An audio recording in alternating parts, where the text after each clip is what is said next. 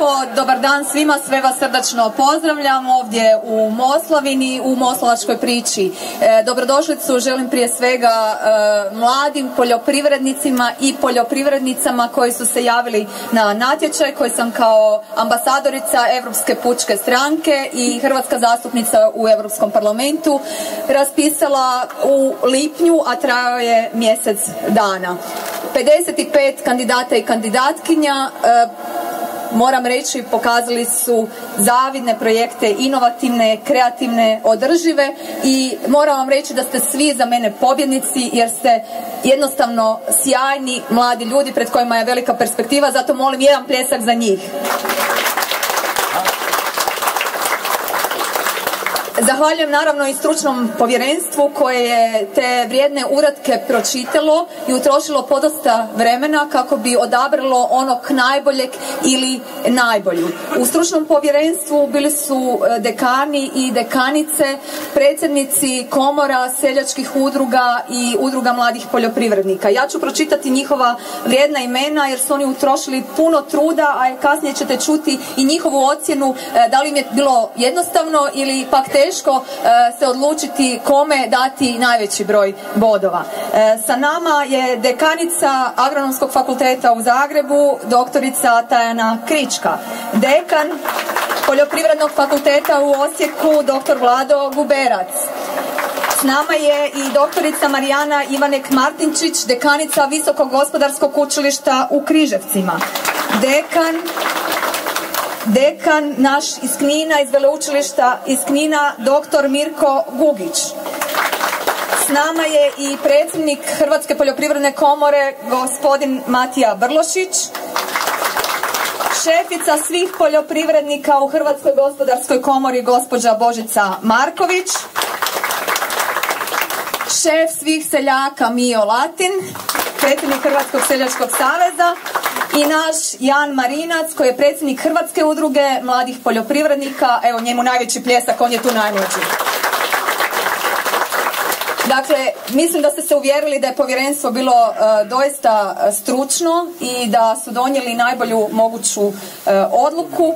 Ja sam se suzdržala od ocjenjivanja zbog toga što sam doista željela da evo uz ove ljude koji mislim da predstavljaju i znanstveni i stručni sektor u poljoprivredi dobijemo osobu koja će nas najbolje zastupati na 3. kongresu europskih mladih poljoprivrednika u Briselu.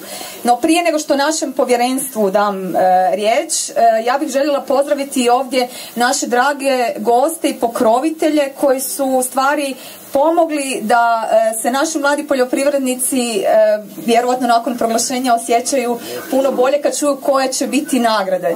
Sa nama je u ime DM-a gospođa Đurđica Sedlić koja daje i glavnu nagradu pobjedniku, a to je ulaz u DM u sve njihove prodavaonice, na sve njihove police sa proizvodima pobjednika. Ja mislim da je to zaslužilo veliki pljesak.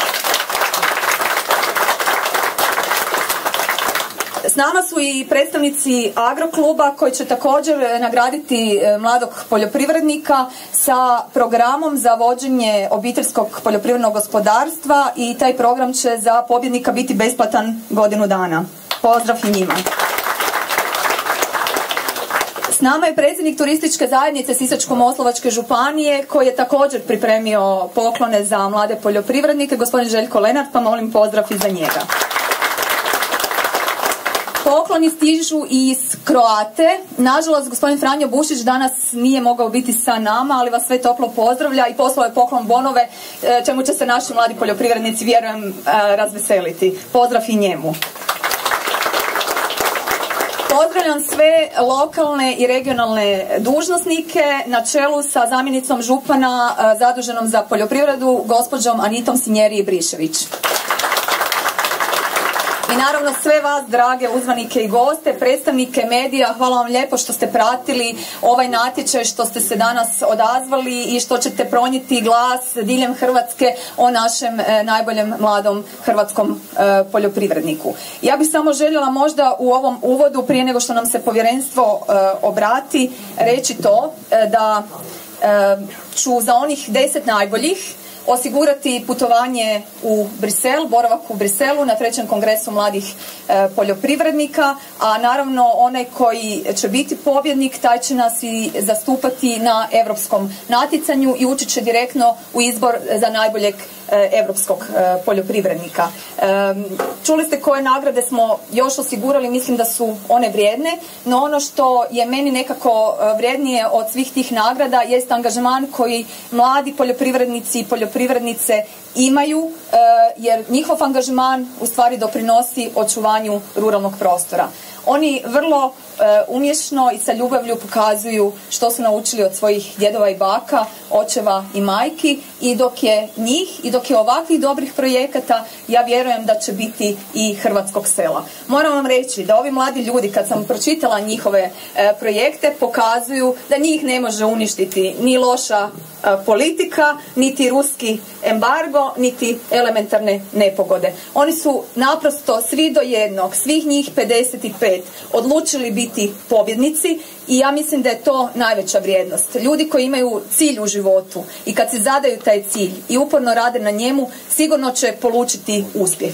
I to je razlog zašto ja nisam ocjenjivala projekte, pa je povjerenstvo naravno sve krivo, poslije ako ćete se nešto ljutiti, jer ste vi stvarno za mene svi pobjednici i nadam se da ćemo i nakon ovog proglašenja, koji ima u stvari smisao promociju tog vašeg vrijednog rada, ali i promociju života na selu, proizvodnje hrane, poticaja da postignemo jednu samo održivost u proizvodnji hrane, da ćemo nakon tog razvijati još mnoge dobre projekte i zajednički raditi na dobrobit Hrvatske, hrvatskog sela i hrvatskog naroda. Zato vam još jednom želim dobrodošlicu i zahvaljujem što ste se odvažili, što ste pokazali izuzetnu hrabrost, što ste izložili sve ono najbolje što imate i pokazali da ste sjajni mladi ljudi. Ja ću moliti doktoricu Tajanu Kričku da ona u ime ovog znanstvenog dijela povjerenstva, naših dekana i dekanica, kaže svoje dojmove kad je pročitala projekte, kad ste diskutirali o tome, kako ste se osjećali, jeste li bili ponosni, među nekima od njih su i vaši sadašnji i bivši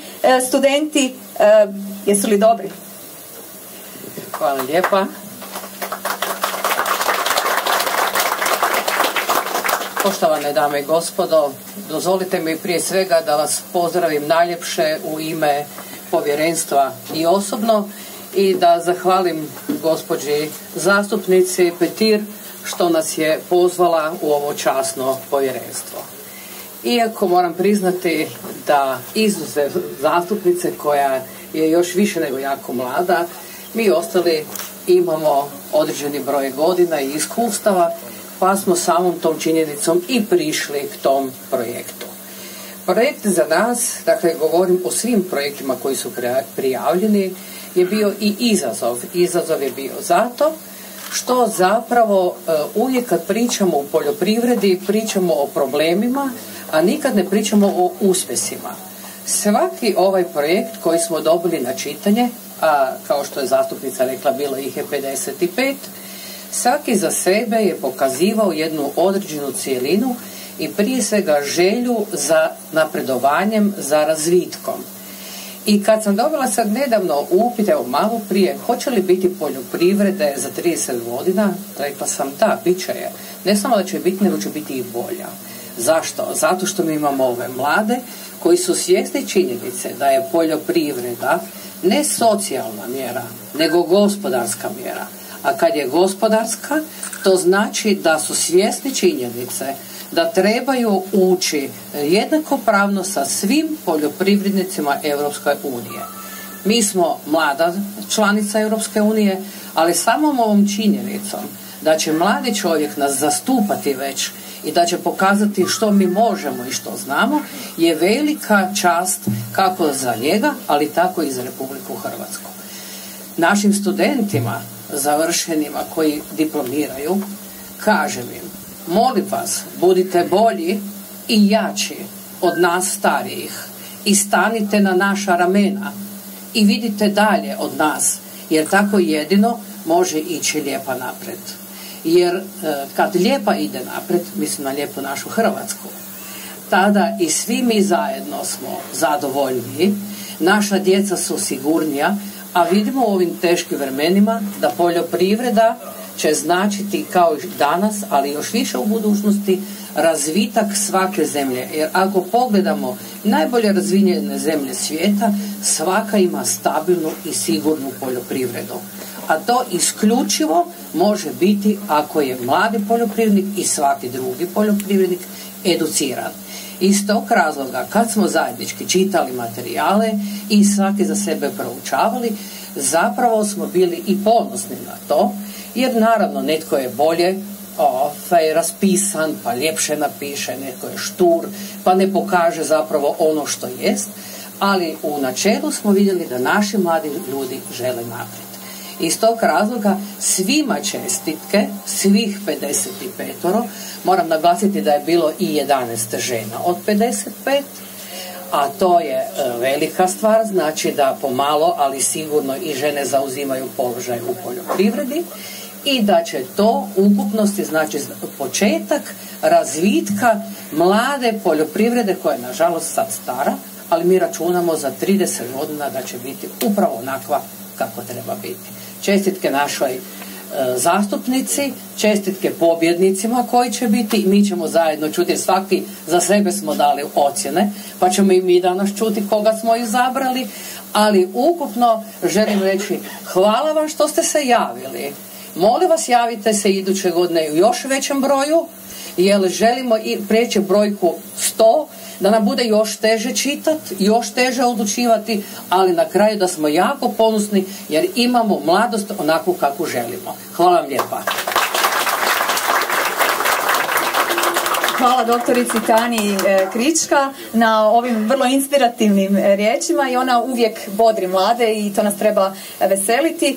U ime ovog gospodarskog dijela povjerenstva strogo oko naše Božice Marković procjenjivalo je koliko su ti projekti u gospodarskom smislu održivi i kako će ih tržište primiti.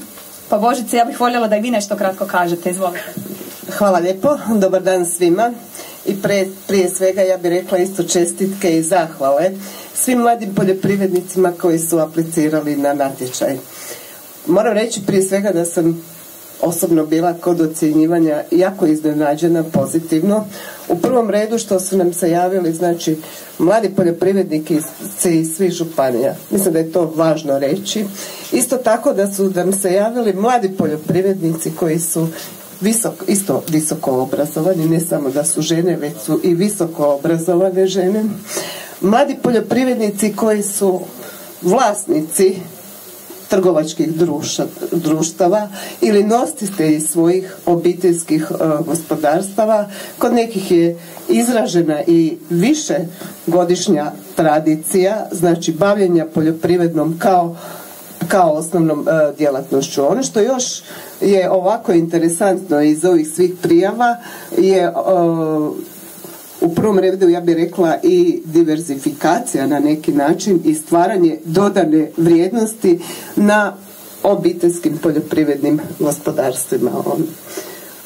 Od samih projekata, ono što je interesantno i po pitanju, znači, ovoga u Europskom parlamentu što će biti, gdje će se na neki način od 10 iz Hrvatske plus ovaj jedan ocjenjivati ili nagrađivati inovativnost, pa ja bih rekla primjena novih tehnologija, da kao članovi povjerenstva isto možemo biti zadovoljni što su se upravo mladi poljoprivrednici kandidirali sa takvim projektima i što na razini Europske unije imamo što pokazati.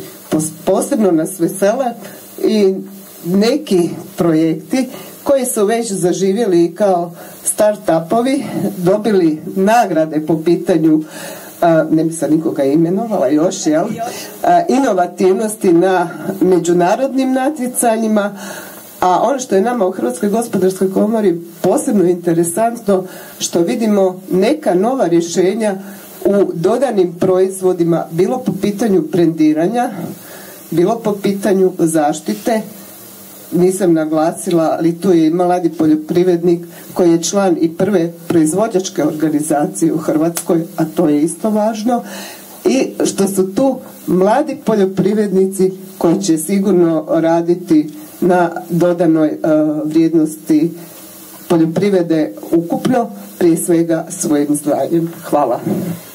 Hvala lijepo Božici i na ovim riječima i na trudu, a u ime svih seljaka pa i šire obratit će nam se Matija Vrlošić, naš predsjednik Hrvatske poljoprivredne komore. Oni su, naš seljački korpus u povjerenstvu je vjerovatno imao neke svoje kriterije, pa ćemo sad čuti kako su oni ocjenjivali projekte. Matija, izvolite. Hvala lijepo Marijana, lijep pozdrav svim uzvanicima, a posebno mladim poljoprivrednicima evo, koji su dobili poziv da danas ovdje dođu. Sigurno lijepih priča, 55 lijepih mladih priča. Ja se sjećam, vraćam se nazad kada sam to čitao, kad sam ja bio mladi i razmišljao da li se s time baviti ili ne. Spletom okolnosti sam ostao u tome, ali daleko manje prilika, daleko manje šansi sam imao bavići se poljoprivredom i budućnost u poljoprivredi nego što danas imaju mladi poljoprivrednici. Doista lijepih priča. Mene najviše dojmljuju one priče kada imamo obiteljsko gospodarstvo, kada imamo veći broj članova obiteljskog gospodarstva, kada vidimo da se tradicijski nastavlja po nekoliko godina ta proizvodnja, mladi, školovani ljudi sa novim idejama kreću u finalizaciju svoje proizvodnje. Nažalost, mi smo do sada, ovi stari poljoprivrednici, više radili primarne proizvodnje, finalizaciju je radio neko drugi i to je možda razlog zašto na selu baš nije bilo ugodno i lijepo živjeti. Nadam se, evo, mi smo kao članovi povjerenstva odradili jedan mali posao što se toga tiče, ali doista Marijani treba zahvaliti koja svesrdno nam pomaže, radi i evo na neki način afirmira da mladi poljoprivrednici kroz ovaj izbor počnu se baviti poljoprivredom. Također zahvaliti što u Europskom parlamentu itekako zastupa naše interese.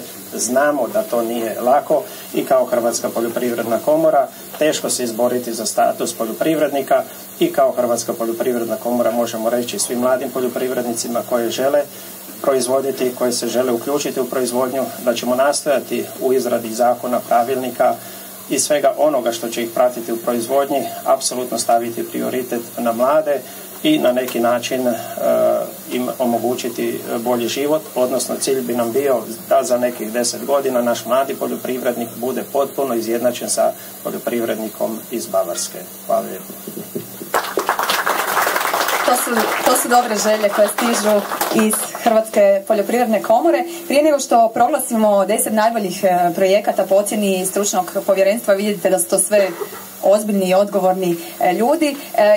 Povjerenstvo je predložilo, a ja sam to prihvatila, da damo i 2 posebne nagrade za 2 projekta koji su doslovce krenuli od nule i postigli jako puno. Većina naših mladih poljoprivrednika i poljoprivrednica ili je naslijedila od svojih roditelja OPG ili imala priliku uz nekog stasati i učiti, što je izuzetno važno i to je ono za što se ja zalažem i što često kao jedina Hrvatica u Odboru za poljoprivredu i ruralni razvoj Europskog parlamenta naglašavam, da je temelj svega obitelj i da u obitelji sve ono u stvari što jesmo, da smo naučili upravo tamo. Tako da mnogima koji su stasali kroz obiteljska poljoprivredna gospodarstva je njihova obitelj bila podrška. Ovdje imamo pak 2 projekta koji su samostalno nekako krenuli, osmislili u kom smjeru će ići i puno napravili. Oni su van ove konkurencije 10 nagrađenih. Ja sam za njih osigurala stažiranje u mom uredu u Briselu, plaćeno stažiranje naravno od mjesec dana, gdje će imati priliku komunicirati sa najvažnijim ljudima koji donose odluke u poljoprivredi i vjerujem naučiti nešto i steći korisna iskustva. Dakle, 2 posebne nagrade na prijedlog povjerenstva. Stažiranje od mjesec dana u Briselu dobivaju Iva Čulumović i Matej Mlađenović. Prema tome, ja vas molim da se bar pokažete ovdje, da vas se vidi gdje su Iva i Matej. Evo, Iva i Matej, dođite ovdje. Iva je iz Primorsko-goranske županije, Matej je iz Sisačko-moslavačke županije.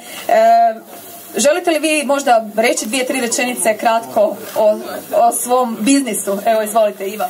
Hvala. Ja dolazim iz Primorsko-goranske županije, inače sam magistrica nauka ekonomske struke imam i jednu svoju tvrtku gdje sam fokusirana na upravljanje intelektualnim kapitalom i tako sam dobila ideju da počnem i sama nešto proizvoditi, gdje bi pokazala da je u stvari ideja, kreativnost, inovativnost ono što daje dodatnu vrijednost i diferencira proizvode. Tako da sam osmislila proizvode na bazi lavande. To su sve prehrambeni proizvodi, džemovi od mog voća iz mog OPG-a. Ja sam sama u tom svom poslu. Sama znači sadim, proizvodim, pakiram, radim sebi marketing. Tako da sam onda počela s tim džemovima sa lavandom, onda sam njih počela stavljati u praline, tako da imam čokoladne praline sa tim svojim okusima, onda integralne keksiće sa raznim aromatičnim biljem i dobila sam poslije ideju da recimo naša vina isto koristim u pralinama, tako da sam uspješno uspjela zapakirati vino u tekućem obliku u svoje čokoladne praline. Evo, hvala. Dobar dan svima, evo ja stvarno sam šokiran i iznenađen. Nisam neki od govora, ali stvarno ovo sam čekao jako dugo sa svojom obitelji. Radimo na poljoprivredi, moja obitelj se bavi proizvodnjom mlijeka i sira i već 25 godina cijela obitelj, znači ne samo ja, imam 6 braće, radimo na ovom projektu i evo ovo je stvarno od srca veliki uspjeh za mene i hvala našoj zastupnici Marijani Petir na ovom prekrasnom iznenađenju danas i naravno svim članovima žirija što su ovo omogućili da sam ja jedan od tih. Hvala. Ja sad predlažem da mi krenemo lagano sa proglašenjem i 10 najboljih projekata. Neki, nažalost, nisu mogli danas doći zbog drugih obaveza, ali mi ćemo ih svejedno pročitati. A oni koji jesu tu, ja predlažem da se evo ovako kratko, u pola minute sami predstave, jer mislim da je to ipak upečatljivije nego da ja ovdje čitam naše ocjene. Na 10. mjestu je Zdravko Ivančan iz Molvi, Molove Grede, Koprivničko-križevačka županija, inače je inženjer agronomije, bavi se voćarstvom i stočarstvom na površini od 21 hektara, proizvode plasira u trgovačke lance i član je predsjedništva nekoliko voćarskih i ratarskih udruga. On se ispričao, on danas nije ovdje. Na 9. mjestu je Jurica Cafuk, ja mislim da je Jurica stigao iz Varaždinske županije, Jurica proizvodi varaždinsko zelje, ali tako Jurice? Tako, sjeme varaždinskog zelja. Evo Jurica će sam reći nekoliko rečenica. Pa evo, ja bih se zahvalio svima koji su dali podršku u mojem projektu. Znači, radi se o sjemenu varaždinskog zelja koje smo zaštitili kao podrijeklo naše, kojeg su nas znači htjeli smo nam uništiti to naše autohtono sjeme. Dobili smo iz Italije svakakva sjemena, tako da smo mi odlučili da to definitivno zaštitimo. Još naprijed se zahvalio, to je kratko o mojem projektu. Hvala. Ostani tu Jurice, on je samo zatean jer ono što je mene oduševilo kad sam vidjela ocjene povjerenstva pa sam išla pročitati ko je tih 10. Jurica isto tako pomaže ugroženim obiteljima, svoje varaždinsko zelje daje i za Hrvatski Caritas, i za domove umirovljenika, i za one koji su siromašni, koji su u potrebi, tako da nam evo svima treba biti poticaj da i mi budemo malo darežljiviji. Na 8. mjestu je Lovro Lenac iz Hrvatske Kostajnice. Lovro, jesi tu? Lovro radi sušenu buću. Da. Lovro, reci nam nešto o projektu. Pa u biti bavimo se sušenjem buće, znači uzgajamo buću i meso od buće sušimo na suncu i to se koristi kao zamjena za tijesto, malo je kalorična, zdrave namirnice, ekološki smo proizvođači i što je kratko. Bravo, bravo, čestitke. Čestitke Lovri. Na 7. mjestu nam je jedan izuzetno inovativan i kreativan mladić. Njegovo ime je Matija Žulj. On po struci nije poljoprivrednik, on je diplomirani inženjer računarstva i jedan je od svjetski priznatih inovatora jer je osmislio program za vođenje OPG-a, ali bavi se i poljoprivredom. Pljesak za Matiju Žulja iz Kutine.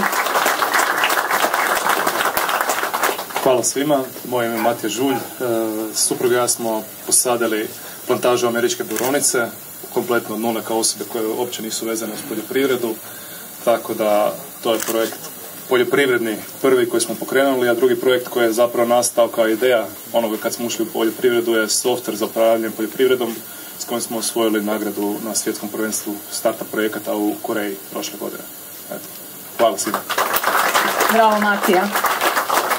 Evo ja molim sve koji su osvojili prvih 10 mjesta da nam ostanu ovdje zbog fotografiranja zajedničkog i eventualnih upita novinara. Na 6. mjestu je Romina Zadravec, živi u Kusanovcu u Zagrebačkoj županiji, bavi se mješovitom poljoprivrednom proizvodnjom na svom OPG-u, a mislim da je nekako primarno proizvodnja sira, je li tako Romina? Pljesak za Rominu, molim. Eto ovako, moje obiteljsko poljoprivredno gospodarstvo bavi se proizvodnjom mlijeka i preradom tog mlijeka u sir i druge mliječne proizvode. Obiteljska je tradicija proizvodnje svježeg sira. 2008. godine dobili smo mjeru 6 ministarstva poljoprivrede i unaprijedili smo tu svoju preradu, napravili smo mini siranu. I od tad proširili tu svoju proizvodnju. Sad proizvodimo 15 vrsta sireva, jogurt, voćni jogurt, maslac i druge mliječne proizvode. Proizvode svoje prodajemo na Zagrebačkoj tržnici u Dubravi, isto tako na kućnom pragu. U budućnosti imamo plan napraviti, ja se nadam, možda čak iduće godine, kušaonicu sira. I isto tako Garden Mallu prodajemo subotom i to je to. Hvala vam. Hvala Romina. Na 5. mjestu je Željkica Kruhin. Živi u Prikraju u Zagrebačkoj županiji, po struci je prvostupnica inženjerka agronomije.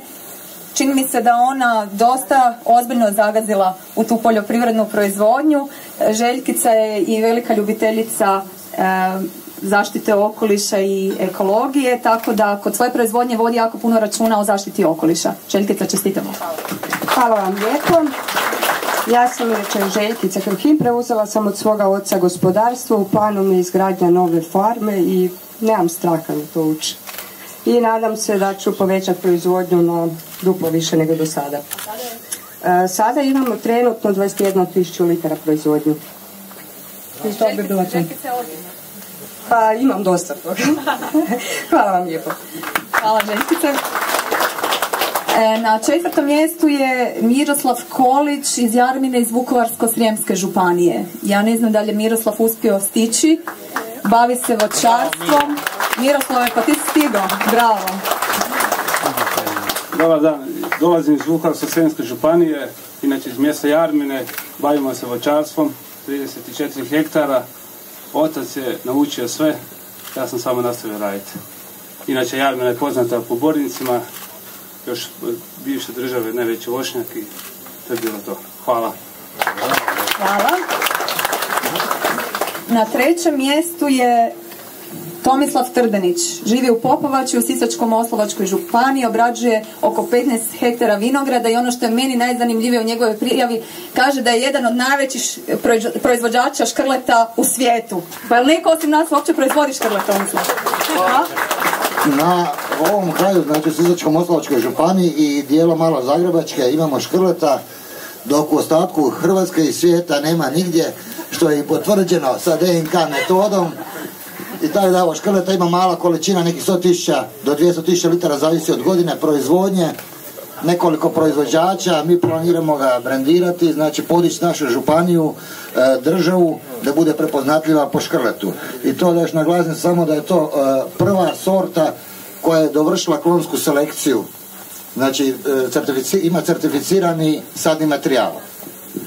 Mi inače imamo proizvodnju 100.000 litara vina i nešto grožđa prodajemo na 15 hektara površina. To imamo neki 5-6 sorata koje su tu naše dominicijalne prodajemo po cijeloj Hrvatskoj, za izvoz još nismo išli jer nemamo količinu. I evo, drago mi je da ste prepoznali moj projekt u kojem ja planiram brendirati škrlet i podići ga na neku višu razinu. Hvala.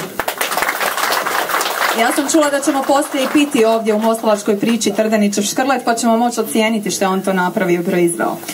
Na drugom mjestu je Josipa Matović, živi u Gornjem Fodrovcu, Koprivničko-križevačkoj županiji, stručna je prvostupnica inženjerka poljoprivrede, usmjerena na menadžment u poljoprivredi. Bavi se rotarstvom i stočarstvom, ako se ne varam, i prerađuje mlijeko u mliječne proizvode. Je li u pitanju prgica? Znači, ja sam Josipa Matović, studirala sam na Visokom gospodarskom učilištu u Križevcima. Moja obitelj i ja bavimo se već 20 godina proizvodnjom sira.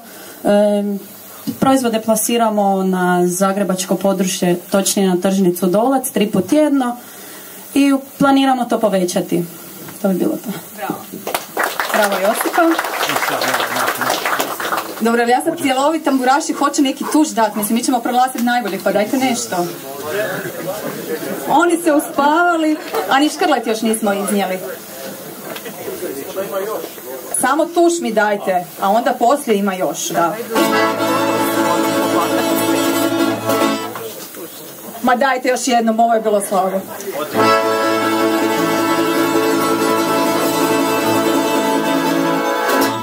I najbolji mladi hrvatski poljoprivrednik prema ocjeni stručnog povjerenstva je Ivan Veselić!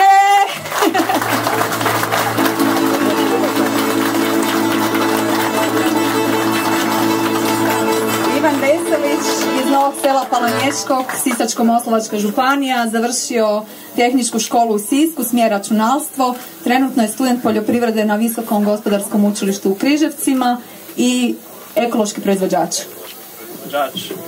Bavimo se već 10 godina, znači, s ekološkom uzgojem voća i povrća.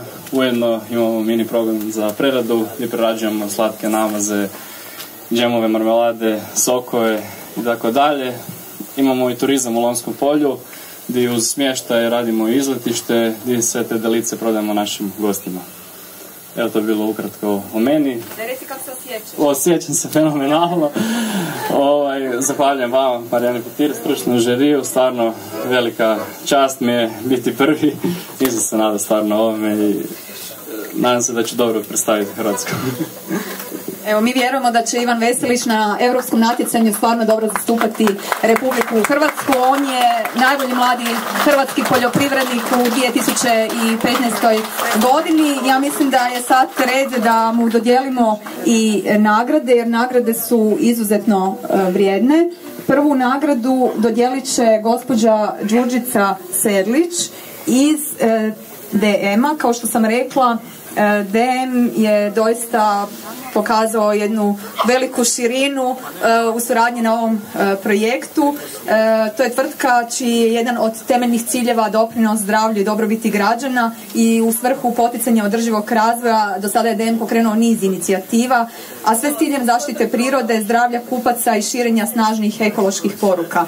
Uz poklon pakete i nagrade koji su dobili već svi sudionici ovog našeg natjecanja, DM će pobjedniku natječaja najbolji mladi hrvatski poljoprivrednik osigurati mjesto na svojim policama u svojim dućanima, tako da ja mislim da su svi ovdje svjesni da je to izuzetno vrijedna nagrada. Hvala DM-u. Ja bih molila gospođu Sedlić da uruči ček. Dražene, gospođe Sedlić, pomozi oko uručenja.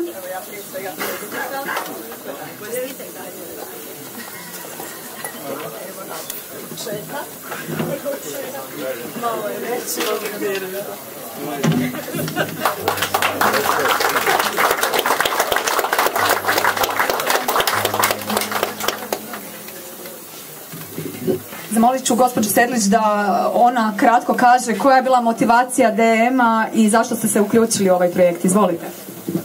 Hvala vam lijepo.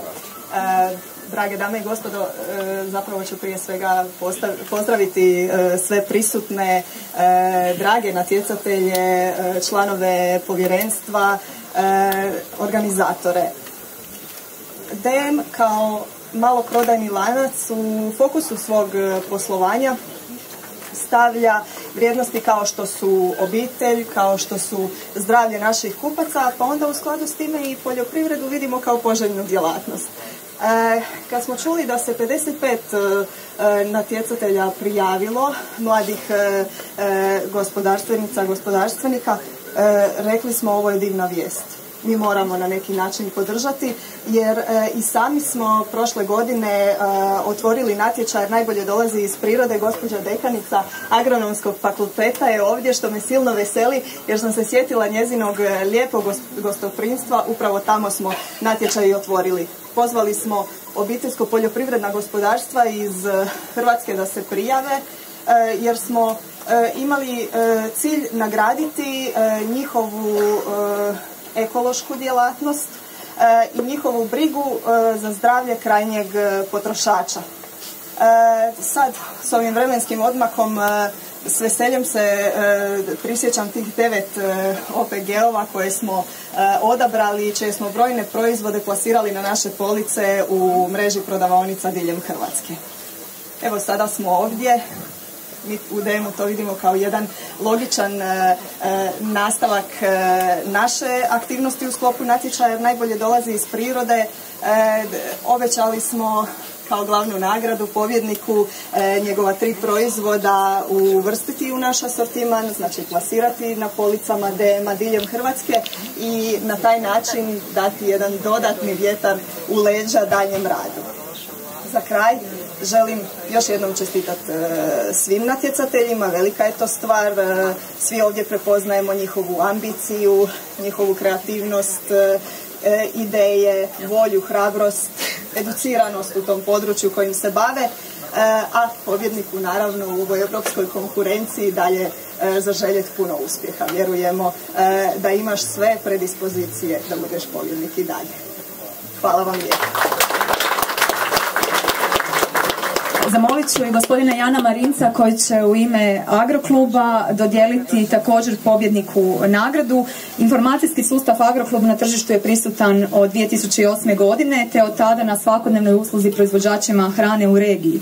Sastoji se od portala koji na dnevnoj razini informira farmere o novostima u sektoru agrara, oglasnika koji spaja ponudu i potražnju te baza podataka koje objedinjuju različite oblike korisnih informacija o proizvodnim inputima. Dio sustava čini društvena mreža za poljoprivrednike pod nazivom Klub, te aplikacija i GAP, online alat za dokumentiranje poljoprivredne proizvodnje.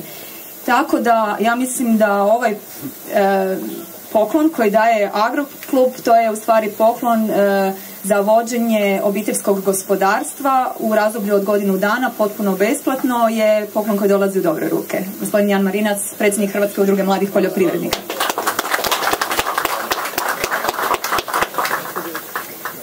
Za pobjednika, ali i za drugoplasiranu i treće plasiranog, ne znam gdje su Josipa i Tomislav, nek dođu tu, imamo i poklone turističke zajednice Sisačko-moslavačke županije. Uručit će ih gospodin Željko Lenar, direktor turističke zajednice, koja, evo, nam je zašla u susret, obzirom da se nalazimo ovdje u Moslavini, logično je da nas i oni malo podrže. Oni koji su prvi puta u Sisačko-moslavačkoj županiji, ja ih pozivam da posjete Park prirode Lonjsko polje, da vide milenijsku povijest Siska, da se okupaju u lječilištu Topusko, da prohodaju ovom županijom koja ima i jedan od prvih regionalnih parkova u Hrvatskoj, Moslavačku goru, da vide naše sakralno i autohtono graditeljstvo, ali da isto tako kušaju našu vrhunsku gastronomsku i vinsku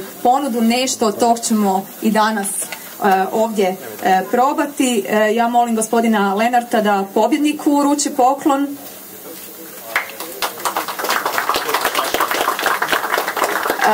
Drugo plasirano, riječ je, vi sad ne vidite, ali riječ je o autohtonom sisačkom nakitu sa rimskim novčićima, čaše koje su obložene sa tim rimskim novčićima, nakit od rimskih novčića i bokal. Evo vidimo bokal.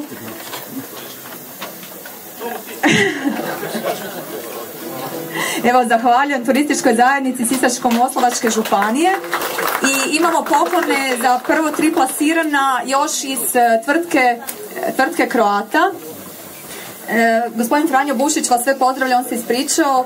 Svi znamo da je Croata ekskluzivan svjetski poznat modni brend, najpoznatiji po svojim vrhunskim kravatama, rupcima, šalovima i košuljama, izrađenim od najfinijih materijala u malim serijama i dodatno oplemenjenima ručnom doradom. Znamo da Croata nosi motive našeg hrvatskog kulturnog nasljeđa. Iz Croate nam stižu poklon bonovi koje ćete vi onda moći tamo pretvoriti u poklone koje se sami odaberete. Ja ipak nisam se htjela u to toliko upuštati. Moramo otvoriti, ja ne znam koji je sad.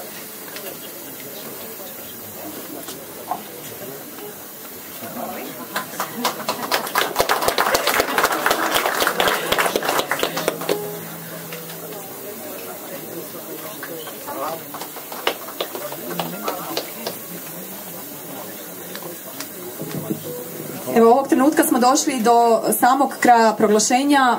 Imamo, dakle, najboljeg mladog hrvatskog poljoprivrednika koji će nas zastupati na razini Europske unije u natjecanju gdje će sudjelovati najbolji iz svih 28 država članica. Njegovo ime je Ivan Veselić. Za njega i za 10 najboljih projekata koje smo proglasili ja ću osigurati besplatan put i boravak u Brisel na 3. kongres mladih poljoprivrednika, a imamo i 2 posebne nagrade, to je za našu Ivu i Mateja stažiranje u Briselu.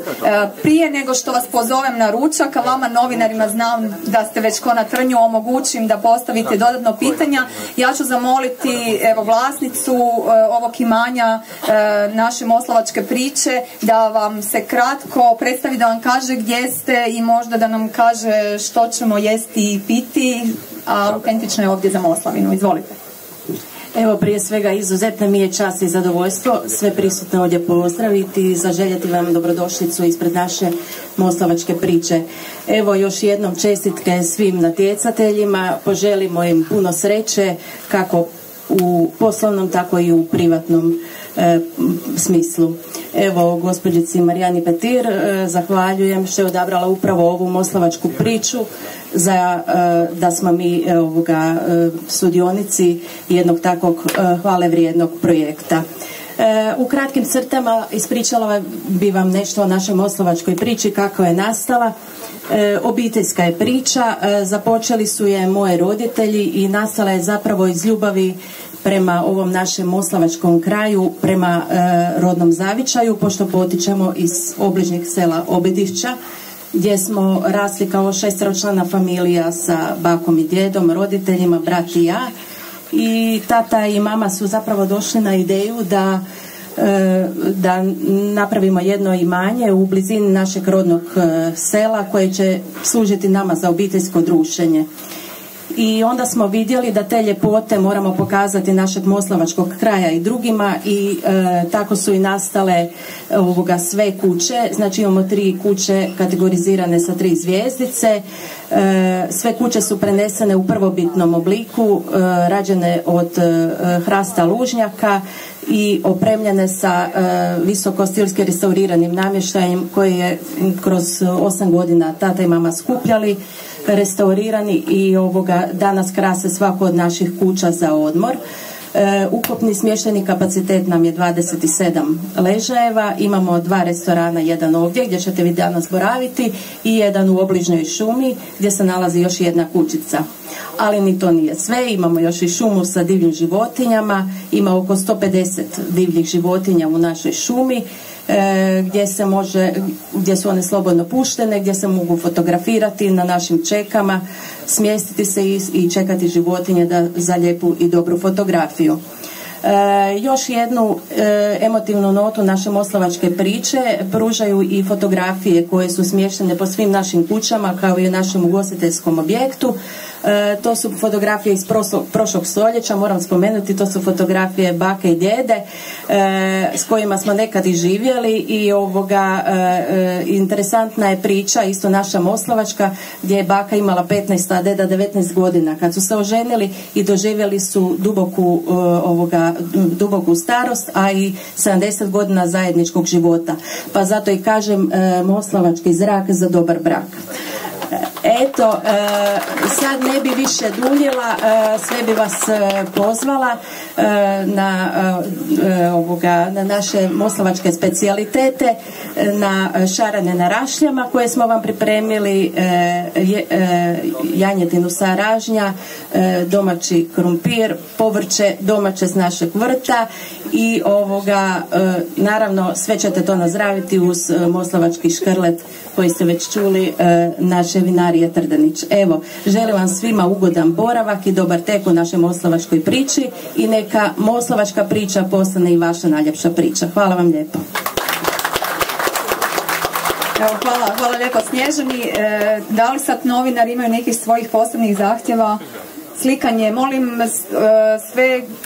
sve kandidate, prvih 10 sa pobjednikom, a onda svi kandidati koji su ovdje da dođete na zajedničko fotografiranje. Uzvanici mogu malo prošetati, protegnuti noge, kroz 15-20 minuta će biti poslužen ručak ovdje u ovoj prostoriji. Evo, kandidate i povjerenstvo molim da dođu ovdje.